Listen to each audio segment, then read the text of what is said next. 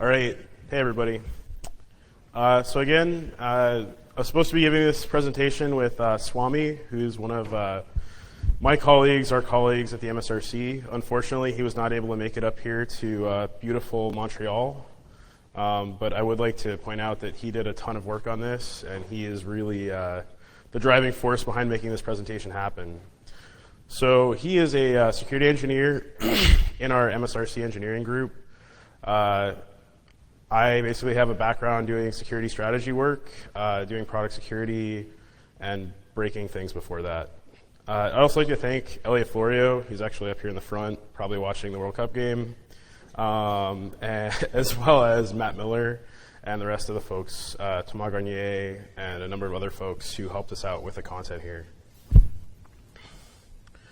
So we're going to go into a brief kind of introduction to MSRC engineering, and just kind of like the goal of the presentation is to give some perspective as to how we actually work and kind of how we see some of these exploits and exploitation techniques. So with MSRC engineering, the first thing that we do is we start doing analysis. So essentially a vulnerability or issue gets reported to secure@microsoft.com. So that can be like, it's really interesting to point out that like that could just be like a crash dump, which means that we have our work cut out for us in the next few days to weeks. Or that could be something like James Forshaw is really, really excellent at writing very detailed documentation for all the issues and vulnerabilities that he reports to us.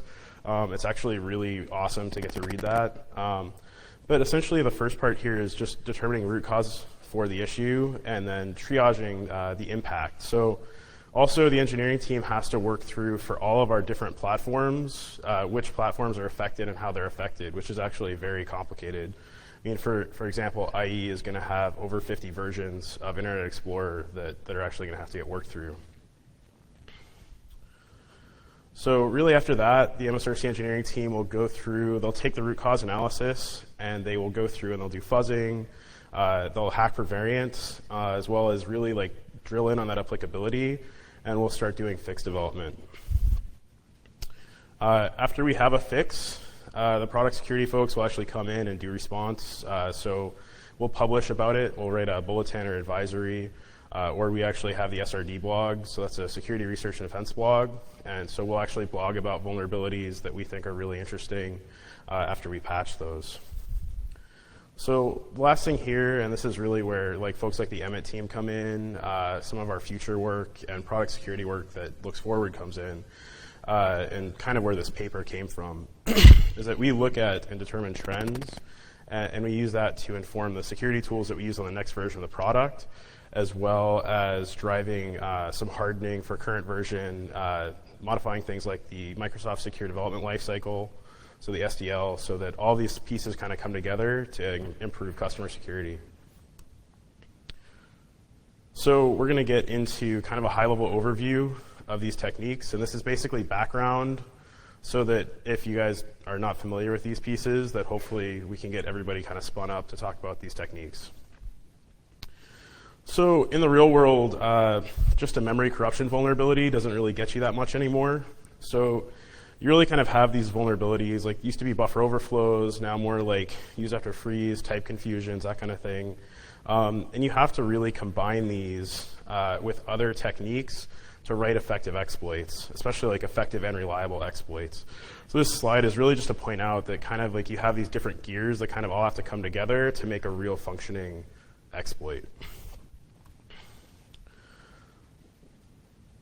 So we're going to go through a typical use after free exploit just to, again, illustrate the different pieces and kind of what those awesome gear graphics actually mean as applied to very real world exploitation. So what we have here being shown on the screen, we have an object. It's got a vtable pointer that's pointing to essentially the vtable here in the DLL. So what's going to happen is that object gets freed, and then it'll get later reused. But then basically an attacker is going to heap spray a fake vtable. Those pointers, so the vtable pointers are going to point to like a ROP gadget or other kind of like stack pivot. And so essentially we write the malicious object into the space where the freed object was, and that's how we're going to have kind of this first setup where essentially a method is called in a freed object. So there's another scenario here that's also relevant. So essentially it's where data is referenced in the freed object. So we have the freed object, we have two freed objects here.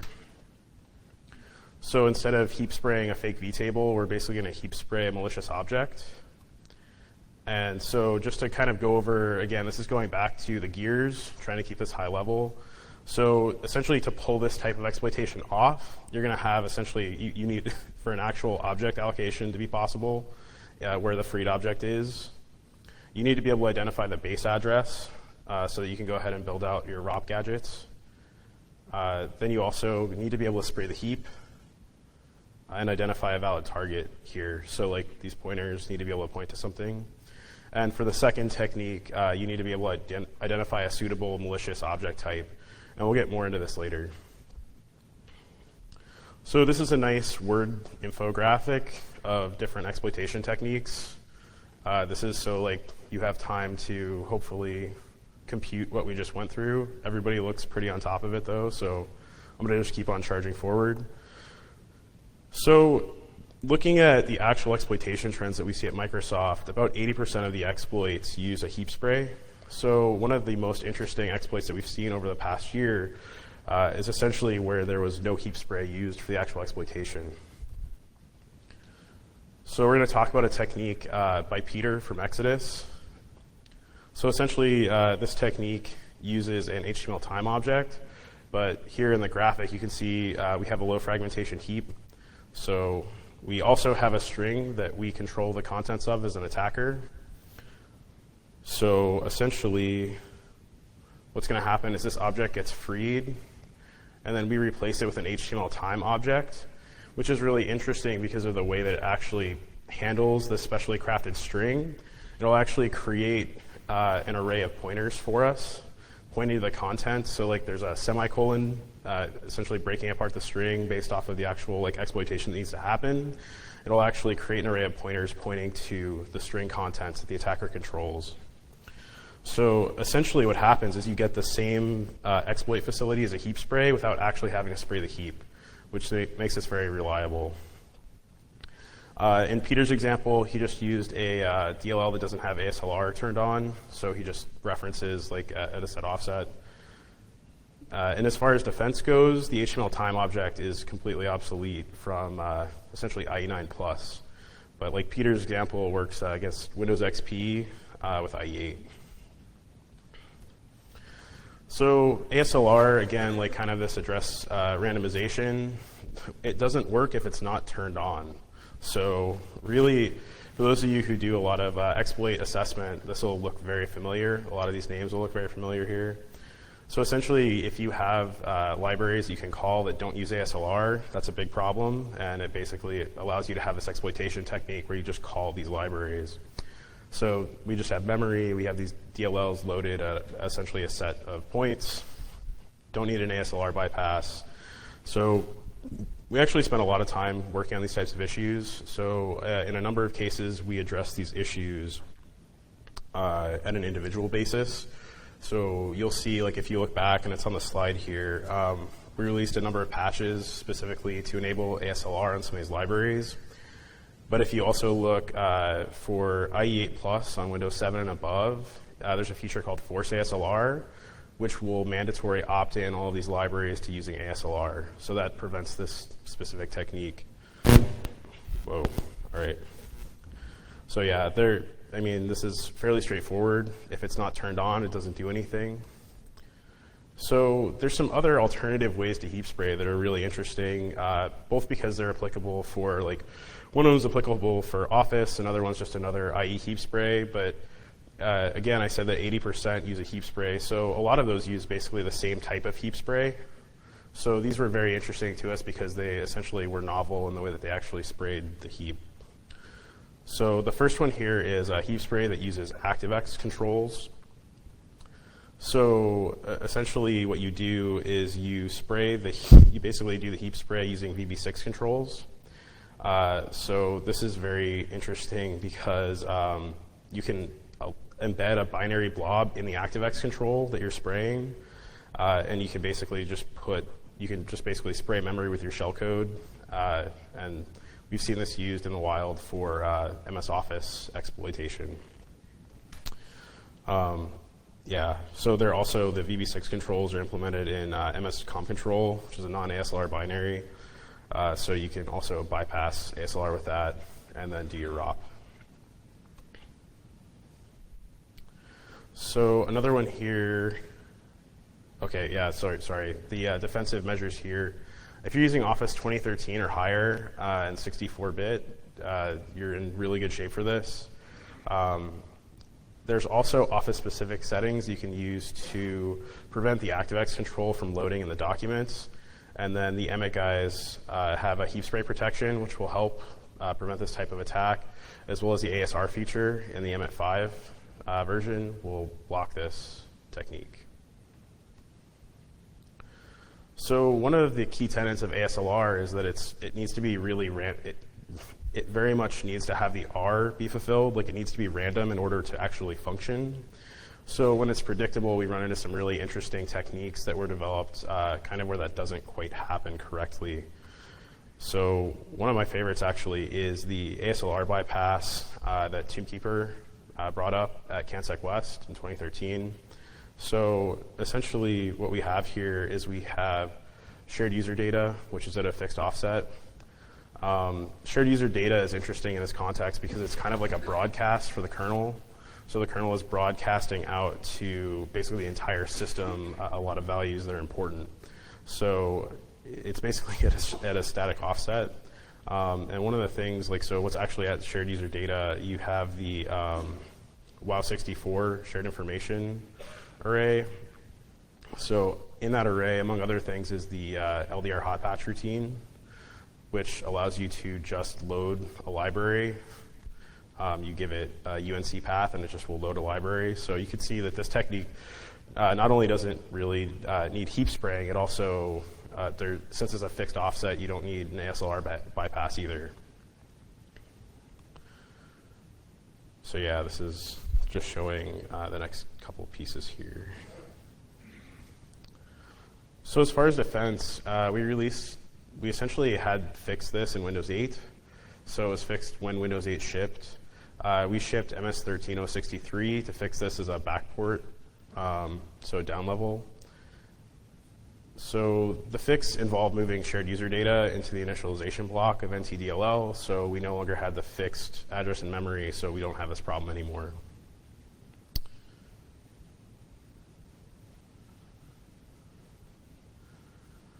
So this is a really interesting vulnerability. So King Cope, this is his vulnerability that he reported. So essentially what happens is he tries to fully consume virtual memory and then kind of just create enough room. So he fills the heap with random bytes until memory is all used up. So during the heap filling stage, that can be a little problematic. Windows might not be that responsive. So then he basically frees these small blocks on the heap and then tries to kind of shove a DLL into the freed block, assuming that he can kind of predict where that block is going to be freed. So again, you don't need heap spraying, you don't need an ASLR bypass. This is just showing the graphic that he's kind of like sliding that DLL into the freed space. So if you can predict kind of where that space will be freed, you can predict where that DLL is going to get loaded, and if you just open up just enough space. So we addressed this in Windows 8.1 and backported the fix to Windows 8. We also, that was released as 13046. So these are bulletin numbers. We use them all the time at the MSRC. You can just, they're very easy to Google for or Bing for. So the images, what we changed basically is in the kernel, we changed it so that the images won't get mapped at a predictable address anymore. So the interesting vulnerability, interesting exploitation, also kind of an interesting fix. So this gets us into memory corruption vulnerabilities to bypass ASLR. So these are very, very, very interesting. And so I'm just going to dive right in. So This is the flash vector assisted exploitation, and I want to, before I get too far into this, I want to point out that this is a generic technique. I'm mentioning flash by means of illustration, and because it's been used a number of times in the wild here for exploitation. But yeah, I definitely want to point out this is a generic technique. So the technique requires memory write vulnerability. So what you have is kind of a partial overwrite. So we basically have memory laid out here. We have our libraries down there. And what happens in this specific technique is you allocate these flash vector objects, which are essentially all allocated right next to each other in memory. So what you do is you corrupt the size using another vulnerability. So in exploitation, so there's 4 CVEs up here that we all saw up in the wild. So what happens is they use an IE vulnerability with essentially, which gives them a limited memory corruption. They use that limited memory corruption to then corrupt the length field of one of these vector objects. They then go back and look to see which of these vector objects has the length field corrupted. And essentially what they get out of that is an arbitrary read-write primitive. So yeah, they essentially corrupt the length. They can see that the length is corrupted. And then they can also corrupt it further, so they can read further, which will actually let them read all the way down into libraries and the actual contents of like vtables. So this is a really interesting technique because you can take a very limited Internet Explorer vulnerability and leverage these techniques to basically create an arbitrary read-write primitive using Flash, or there's other ways to do it as well.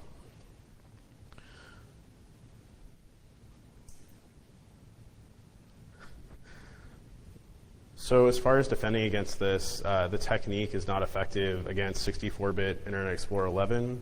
So to actually enable that, if you go into the Internet Explorer options, you'll actually see, I think it's like enhanced protected mode 64-bit tab processes, I believe is the flag that you would hit. So if you go in and turn that on, you won't be impacted by this issue any longer. And again, yeah, that was in the wild. We've seen it used with 4 different IE techniques. We've seen this technique used with 4 different IE vulnerabilities, so it's very well used, impacting everybody. So another technique here is we have heap spraying with a JavaScript array. So essentially the heap spray, you go ahead and use a JavaScript string or an array here, and you spray it onto the heap. So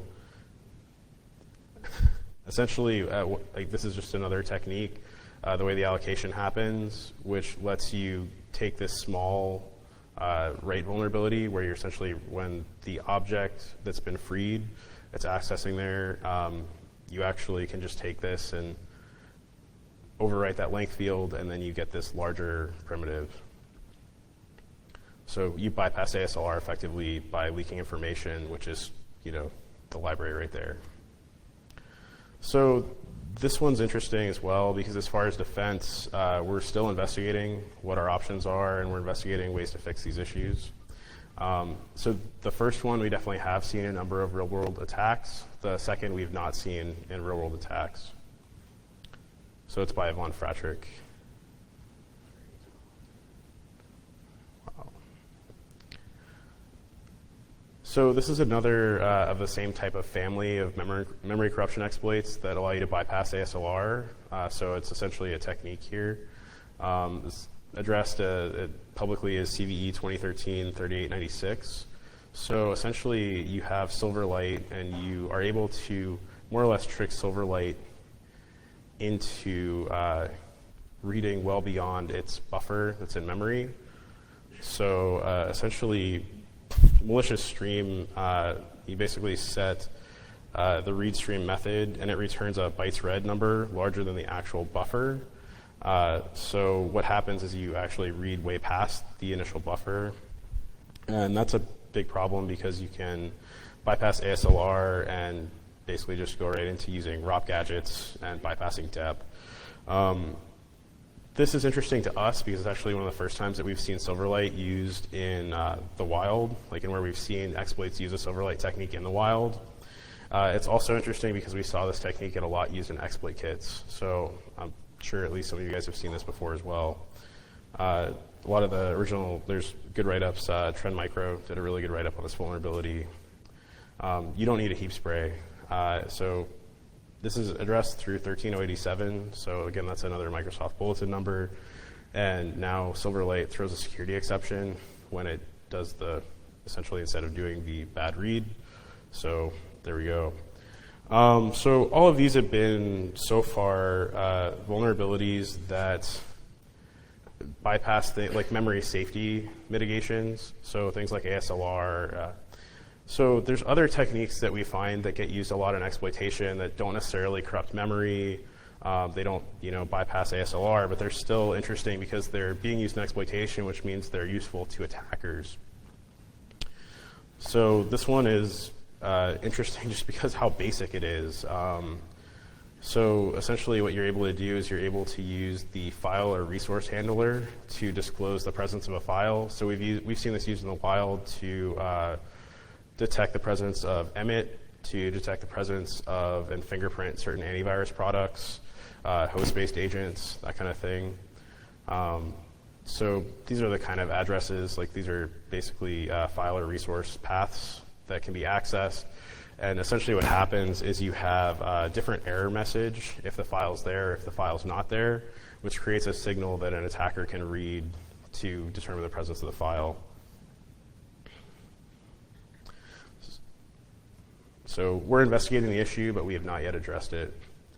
So this is actually interesting because instead of just disclosing the presence of a file, you can now actually disclose the contents of a file. So we've now upgraded a step here. So this is a technique that we saw used that was in the wild. It actually uses MSXML3. That's where the vulnerability is. And so you can basically discover versions and basically set up your ROP gadgets accordingly.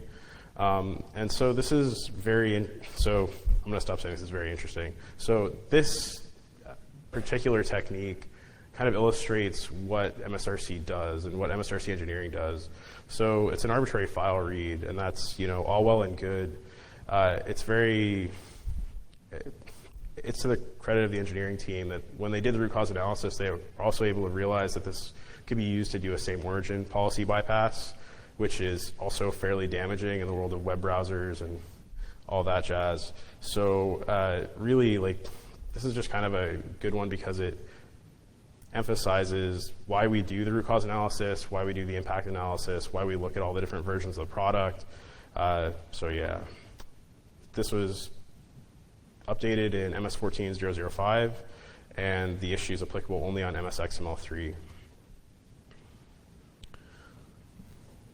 So we release the SIR every year, so this is kind of like our trend in data trends and what we see as far as trends in exploitation.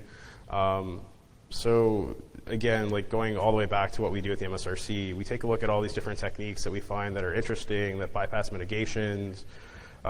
We also take a look at a ton of other exploits over the course of the year. So we take a look at a lot of zero-day exploits that are being used in the wild. We see the POCs that we get sent. We see all the bounty submissions. So I think that this trend information can be very interesting. And so a lot of these figures are taken from the SIR. So if you guys want to know more information about that specifically, this is from the SIR volume 16. So I added these really amazing hot pink and neon green lines here to demonstrate the two trends that we're seeing as far as which types of vulnerabilities are being exploited. So we're seeing attackers that are attacking our products strongly favor use after free vulnerabilities, and we're seeing that stack corruptions are becoming less and less popular. So if you look at this graphic, you kind of see two slices of pie. One slice of pie is getting bigger over time. That's use after freeze. And the neon green slice of pie is actually going down, and those are the stack corruption vulnerabilities. The time period, I'm guessing that folks in the back probably can't read that.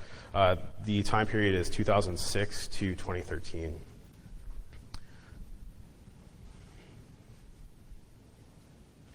And yeah, this is across all of Microsoft's product space, so it's not just browsers or document formats or anything like that.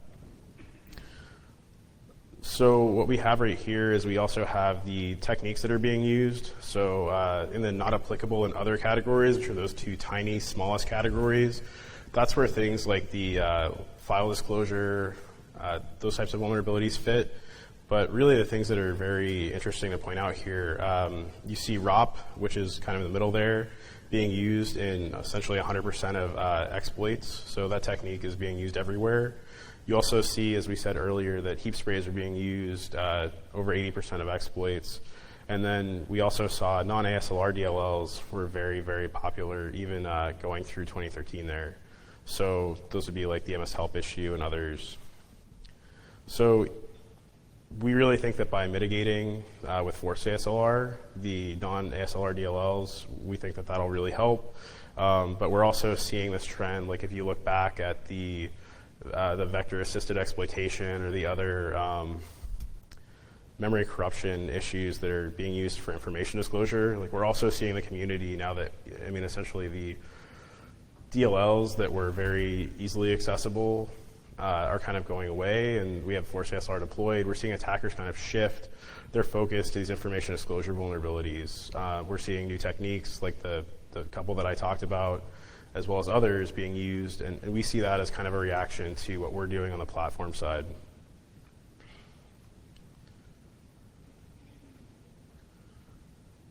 So this is a very interesting slide. So here we have the exploit duration trends. So I'm going to talk through a lot of this, and people can raise their hand if they still don't understand the graphic. It's a little bit complex. So essentially, this graphic has three categories. So the top category are vulnerabilities that have been exploited in the 30 days prior to patch release. So that would be 0-day vulnerabilities. The second category is the orange category there, which essentially is vulnerabilities are being exploited within 30 days after patch release. And then you have the blue here, which is vulnerabilities that are exploited after 30 days after the patch release. So it's kind of like the long tail of exploitation there is the blue. So the graph is able to show the trend as far as time of exploit to time of patch. So you'll see that on the top there, the number of 0-day vulnerabilities that are being exploited before a patch stays relatively stable across time there, which is, I think, actually fairly good marks for us because the software hasn't gotten less complex in that time. The attack surface hasn't necessarily gone down over that time. You know, we've introduced a lot of new features, a lot of new software. So that's actually, I think that's fairly good on us there. You also see that the after the patch, so to kind of roll this back to how we see it as impacted by the techniques. So really, like, you see this huge spike in 2010, and then you see this kind of gradually go down. And so, like, timing-wise, you have essentially in the 08-09 timeframe, it's very depressed. That's when ASLR kind of comes out and comes onto the scene. 2010 is where we see some new techniques be developed for ASLR bypasses. We start to see things be more frequently exploited in that space, and we see those new techniques come online. And then as we're reacting to those techniques, we'll actually see that go down. So basically what I'm saying is that the exploit techniques and the mitigations directly impact the number of vulnerabilities that are exploited, kind of like the long tail of that. So after patch, those are impacted by the actual techniques that we just talked about, as well as the mitigations that we have on the platform. So like as we fix those ASLR bypasses, especially 2012 and 2013.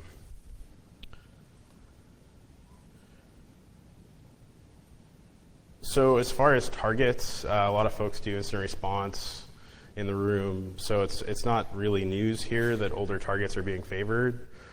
We see that because they don't have a lot of the same protections that newer versions of the operating system do. We also, I mean, you have to consider the deployment base when you look at these types of issues as well. So basically because they're a larger install base and they're easy to exploit, we see strong favoring of the lower platforms there. So here, I'm gonna make this bigger on my screen so I can talk to it a little bit more here. So essentially, like, try to figure out if this is mirrored or not. I'm going to move the pointer over here. So this is Windows XP right over here. So you see a lot of exploitation of Windows XP, a lot of exploitation. This is the version of IE up here. So this is IE8 right up here. So these two are pretty much bread and butter. But then you're also seeing IE8 on Windows 7 being exploited frequently as well.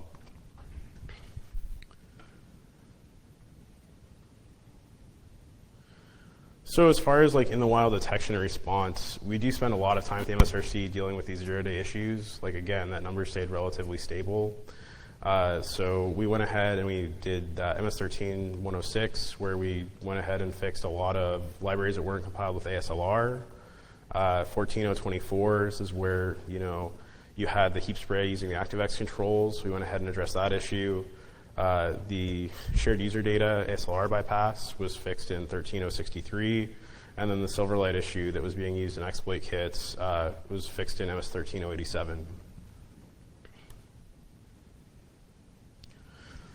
So this is kind of the last like big graph here. So I'm guessing this is hard to read in the back. I apologize for that. Cliff Notes version of this slide is that as far as zero-day targets, that's the top part of this slide, you're going to see that Internet Explorer 8, so basically what's happening is you have the versions here up and down, and then you have the different CVEs going left to right. So what you can see is that over time here, you see IE8 is the only one targeted for essentially all of these. As we get into some of the later exploits, you're also seeing Internet Explorer 10 being targeted, and then we only have one that's actually targeting Internet Explorer 11. And then when you look at what's actually effective as far as the techniques that are being used in these exploits, Internet Explorer 11 64-bit is very effective at mitigating the vector corruption-based exploits, as well as a lot of the heap spray stuff and the non-ASLR exploits, because again, it's shipped with Force ASLR. So in my slides, as I've been up here talking, I definitely did say that a few of these we're still investigating, we're addressing. It's useful to point out that these aren't simple issues, and building platform mitigations is not a very simple or not time-consuming activity. So, we prioritize techniques that we see used in the wild. So that's why you saw, like just 2 slides ago, all of those bulletins getting released. You'll see advisories go out, and the bulletins get pushed out. You'll see a lot of these techniques be mitigated in products like Emmet. And so we prioritize the techniques that we do see used to exploit customers, and we're also continually updating the operating system, the settings, and then it really comes down to tools like Emmet to stay on the cutting edge of where the exploit techniques are, and that's folks like Ellie and Christian up here that are just working a lot to keep customers safe there.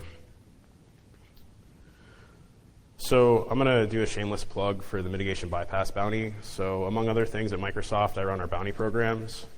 So we do have a ongoing bounty for mitigation bypasses.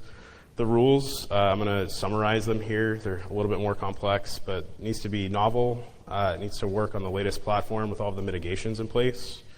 It needs to be a real-world remote code execution issue, so a memory corruption issue. It needs to be generic and reliable. So it needs to be able to be used with a real-world RCE. So this is where we have, the $100,000 bounty, and then we also have a $50,000 bounty for if you can come up with a defensive measure.